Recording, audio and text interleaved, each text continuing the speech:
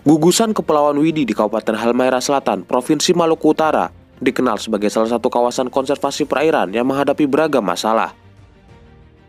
Tidak hanya aktivitas nelayan nakal yang menangkap ikan dengan potasium, belakangan ini muncul pula pemberitaan tentang pelelangan gugusan Kepulauan Widi di salah satu situs lelang asing, Sotheby's Concert Auction. Dugaan pelelangan 100 pulau di kawasan Widi seluas 10.000 hektar ini kemudian dengan cepat menjadi perbincangan hangat. Lantas pertanyaannya, bisakah warga asing secara resmi membeli pulau di Indonesia?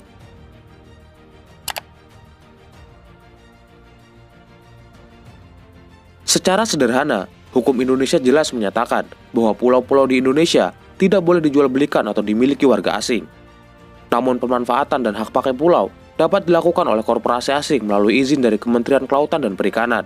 Investor asing boleh turut mengembangkan pulau-pulau di Indonesia selama sudah mendapatkan izin dan taat pada aturan perundang-undangan. Salah satu syaratnya adalah hanya 70% lahan yang boleh digunakan, sedangkan 30% yang lainnya menjadi kawasan hijau. Dalam kasus Kepulauan Widi, pembelian pulau dapat disiasati dengan cara mengakuisisi saham pengelola pulau, yaitu PT Leadership Island Indonesia. Pada 2015, PT LII atau Leadership Island Indonesia dan Pemprov Maluku Utara telah menandatangani nota kesepahaman untuk mengembangkan sektor pariwisata di Kepulauan Widi. Dalam nota kesepahaman, PT LII diberikan hak mengelola Kepulauan Widi selama 35 tahun. PT LII juga diberi tanggung jawab untuk menyejahterakan masyarakat lokal di bidang ekonomi dan pendidikan. Rencana pelelangan Kepulauan Widi oleh PT LII sebenarnya sudah terdengar sejak November yang lalu. PT LII sendiri membantah adanya upaya penjualan Kepulauan Widi kepada investor asing. Pelelangan di situs lelang Sotheby's dilakukan untuk mendapatkan pemodal demi percepatan investasi dan pengembangan pulau. Nah, dia kemudian untuk mencari pemodal, artinya mencari pemodal asing. Makanya dia menaikkan ke lelang itu tujuannya bukan lelang jual, tujuannya untuk menarik investor asing. Itu boleh-boleh saja. Langkah PT LII mencari investor asing memang diperbolehkan. Namun menurut laporan, PT LII tak melakukan pembangunan apapun hingga saat ini. PT LII diduga telah melanggar nota kesepahaman karena tak melakukan pembangunan sejak perjanjian 7 tahun yang lalu.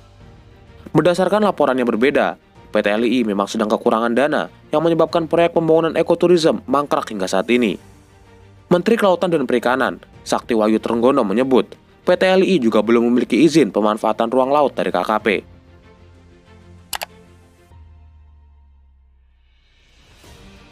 Berbicara tentang pengelolaan pulau oleh investor asing, sebenarnya bukanlah hal yang baru.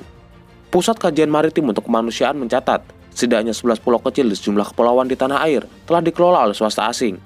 Sedangkan menurut Koalisi Rakyat untuk Keadilan Perikanan atau KIARA, setidaknya 16 pulau di Indonesia dan gugusannya telah dikuasai asing sejak tahun 2014. Nilai investasi yang ditanamkan pun tidak sedikit, yaitu mencapai 11 triliun rupiah.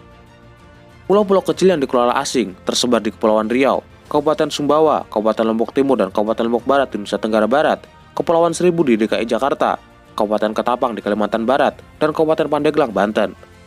Pulau-pulau itu dikelola untuk kepentingan pariwisata, kebun kelapa sawit, hingga gudang penyimpanan minyak. Mengapa hal ini bisa terjadi? Pada dasarnya, warga negara asing dapat mengelola pulau-pulau yang berada di Indonesia, tapi mereka tidak diperbolehkan untuk memiliki hak milik pulau tersebut. Pemanfaatan pulau-pulau kecil dan perairan di sekitarnya mengacu pada Undang-Undang Nomor 1 Tahun 2014 tentang perubahan atas Undang-Undang Nomor 27 Tahun 2007 tentang pengelolaan wilayah pesisir dan pulau-pulau kecil. Dalam pasal 26A ayat 1 disebutkan bahwa pemanfaatan pulau-pulau kecil dan perairan di sekitarnya dalam rangka penanaman modal asing harus mendapatkan izin dari menteri. Syarat-syarat lain untuk memperoleh izin seperti harus dilakukan oleh Badan Hukum Indonesia berbentuk perseroan terbatas, menjamin akses publik, pulau harus tidak berpenduduk, belum ada pemanfaatan oleh masyarakat lokal, dan menerapkan alih teknologi. Berita tentang penjualan pulau-pulau kecil di Indonesia adalah isu lama yang selalu seksi untuk dibahas. Semangat nasionalisme rakyat Indonesia selalu berkobar dengan ramainya berita tentang penjualan pulau di Indonesia oleh pihak asing. Sayangnya, semangat itu tidak dibarengi dengan pengetahuan dan edukasi yang membuat mudah tersulut emosi alias kebakaran jenggot. Salah satu situs yang kerap dijadikan media sebagai bahan berita adalah situs privateislandonline.com, sebuah perusahaan properti dan konsultan investasi dalam pengembangan investasi di pulau-pulau kecil. Pada 2015 misalnya, 3 pulau di Kepulauan Mentawai dikabarkan dijual di situs ini. Pulau Ajab di Bintan, Kepulauan Riau, pernah ditawarkan di situs ini dengan harga 44 miliar pada 2018.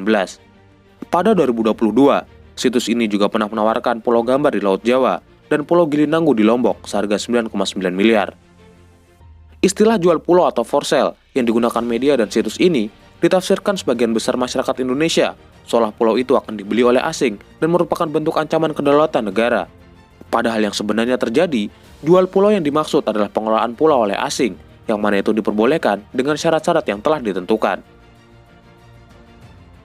Sekali lagi, orang asing tidak akan mungkin bisa membeli pulau di Indonesia, karena hak guna usaha dan hak guna bangunan hanya dapat diberikan kepada WNI dan badan hukum yang didirikan menurut hukum Indonesia dan berkedudukan di Indonesia.